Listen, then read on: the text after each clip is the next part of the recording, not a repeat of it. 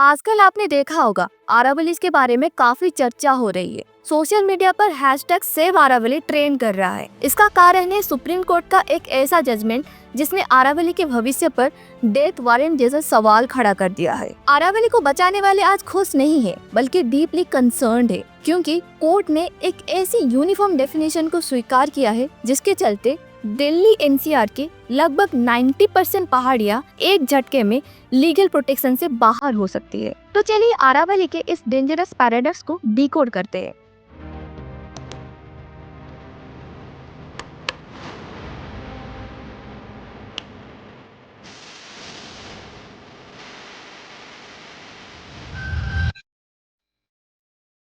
दोस्तों, आरावली दुनिया की one of the oldest mountain system में से एक है। करीब 1.9 बिलियन साल पुरानी है। जब हिमालय का नामो निशान नहीं था तब आरावली इस धरती पर थी। गुजरात से दिल्ली तक फैली ये 670 किलोमीटर लंबी रेंज हमारे लिए एक नेचुरल बैरियर है। ये थार डिजर्ट और फर्टाइल लैंड के बीच दीवार बनकर खड़ी है। अगर ये नहीं तो राजस्थान की रेत आज पूरी उत्तर भारत को निगल चुकी होती। यहाँ तक कि हमारा राष्ट्रपति भवन यानी रायसीना हिल्स भी इस आरावली का हिस्सा है। अब समझिए असली संकट क्या है। तो सुप्रीम कोर्ट ने कहा कि सिर्फ वही लैंडफॉर्म हिल यानी पहाड़ माने जाएंगे जो अपने आसपास की जमीन से कम 100 मीटर ऊंचे हो। दिक्कत यही है, करोड़ों सालों के इरोजन यानी घिसने के वजह से आरावली की औसत ऊंचाई अब काफी कम हो चुकी है। तो एक्सपर्ट्स कहते हैं कि अगर आप सिर्फ हाइट के हिसाब से इसे डिफाइन करेंगे तो आरावली का 80 to 90% हिस्सा पेपर पर पहाड़ यानी हिल रहेगा ही नहीं। अगर जैसे ही ये नॉन हिल घोषित होगा तो माइनिंग माफिया और रियल एस्टेट बिल्डर्स इसे नोच खाने के लिए तैयार बैठे हैं। क्या आपको पता है कि आरावली पहले से ही गायब हो रही है? सुप्रीम कोर्ट की सीईसी रिपोर्ट कहती है कि राजस्थान में आरावली की 28 में से 31 पहाड़ियाँ यानी 31 पहाड़ियाँ पूरी तरह गायब हो चुकी है। यानी 25% पहाड़